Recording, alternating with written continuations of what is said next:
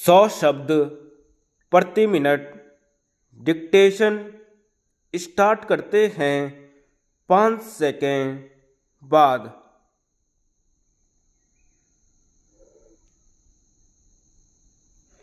उपाध्यक्ष महोदय, यह बड़े दुर्भाग्य की शब्दावली है जिसका हमारे प्रधानमंत्री ने प्रयोग किया, लेकिन आज देश में चारों ओर असंतोष की बारूद फैली हुई है।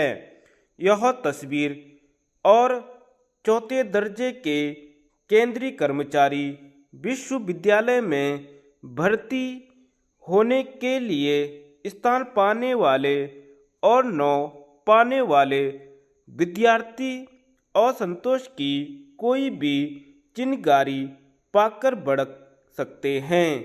आवश्यकता इस बात की है कि हड़ताल हमें एक झटके का काम दे।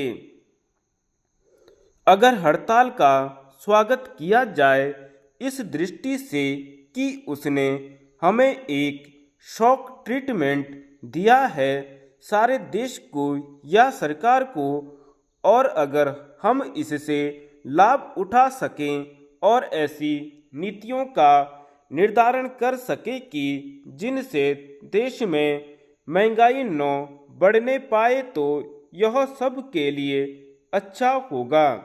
अगर सरकार जीवन की आवश्यक वस्तुओं की कीमतों पर रोक लगाने में सफल नहीं होती तो फिर वेतन और भत्ता बढ़ाने की मांग खड़ी होगी और सरकार का कोई कानून उस मांग को नहीं रोक सकता।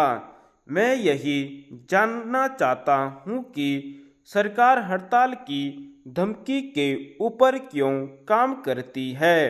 पे कमीशन की रिपोर्ट साल भर अलमारी में बंद पड़ी रही मगर उसे लागू नहीं किया गया। जब हड़ताल का संकट सिर पर आ गया तब फिर फरमान जारी किए जाने लगे।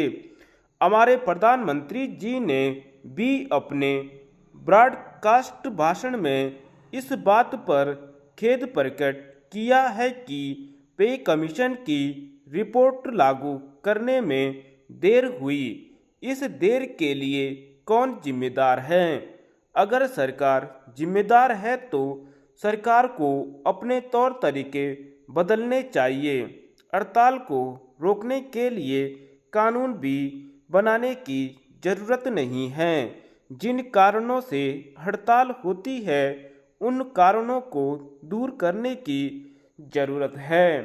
हड़ताल रोग का कारण नहीं है, हड़ताल तो रोग का प्रकटीकरण है, और अगर कारण दूर किए जाएंगे तो फिर प्रकटीकरण बंद हो सकता है।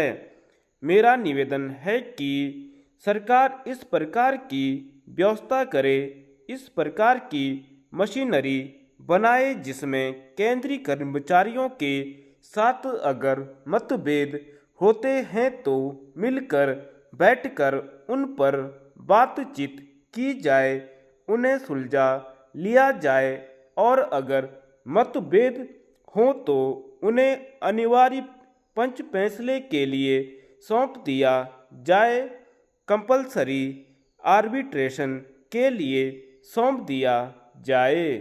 मैं समझता हूँ कि फिर हड़ताल की कोई आवश्यकता नहीं होगी। इस मामले में भी अगर सरकार चाहती तो इंडस्ट्रियल डिस्प्यूट्स एक्ट की धारा 10 के अनुसार हड़ताल को बैन कर सकती थी और सारे मामले को पंच फैसले के लिए सौंप सकती थी। मैं जानना चाहता हूं कि ऐसा क्यों नहीं किया गया। उपसभा अध्यक्ष जी, आज गृह मंत्री जी ने जो वक्तव्य दिया है उसके अनुसार मध्य प्रदेश के अफसरों से कहा गया था कि वे बजट न छापें, फिर भी उन्होंने बजट छापा। क्यों छापा? केंद्रीय सरकार के निर्देश से लोकसभा में पेश किए जाने के लिए बजट छप सकता है, लेकिन किसी राज्य सरकार के अधिकारियों को इस बात की इजाज़त नहीं दी जा सकती है कि वे लोकसभा में पेश किए जाने वाले के लिए बजट छापें। मगर मुझे शक है कि इस मामले में तथ्यों को तोड़ा मरोड़ा जा रहा है। सारे तथ्यों को सदन के सामने आने से रोका जा रहा है। जो कुछ आज सवेरे कहा गया उसकी सच्चाई की जांच होना आवश्यक है। जो कुछ अधिकारियों का आचरण है उसकी भी परीक्षा होना जरूरी है।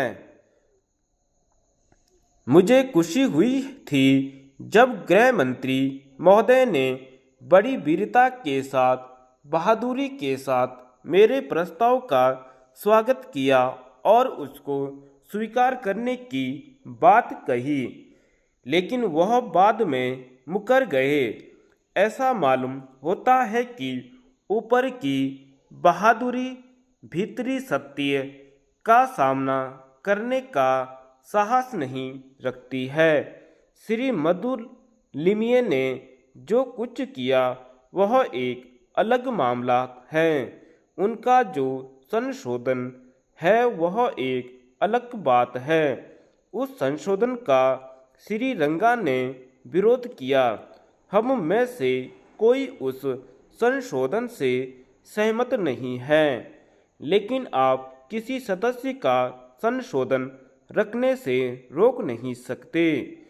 और क्या किसी सदस्य का संशोधन गृह मंत्री को अपने वचन से मुकरने का अधिकार देता है? नहीं देता है।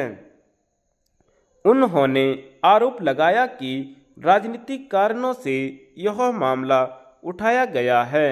मैं कहना चाहता हूं कि राजनीतिक कारणों से मेरे प्रस्ताव का विरोध किया जा रहा है। जिस समय गृह मंत्री मेरे प्रस्ताव को मान रहे थे उस समय भी कुछ कांग्रेस के सदस्य उसका विरोध कर रहे थे। आज यह भी साबित हो गया कि गृह मंत्री के पीछे कांग्रेस दल नहीं है। मैं सदन से फिर कहना चाहता हूं कि इस सारे मामले में अफसरों का आचरण संदिग्ध है। इस मामले की जांच होनी चाहिए। नौकरशाही को मंत्रियों पर हावी होने की इजाज़त नहीं दी जा सकती है। तथ्यों का पता लगाना जरूरी है।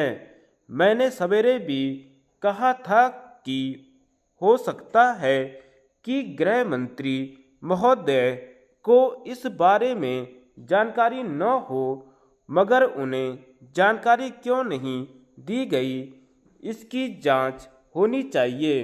मध्य प्रदेश के अधिकारियों को क्या कहा गया इसका भी पता लगाना चाहिए।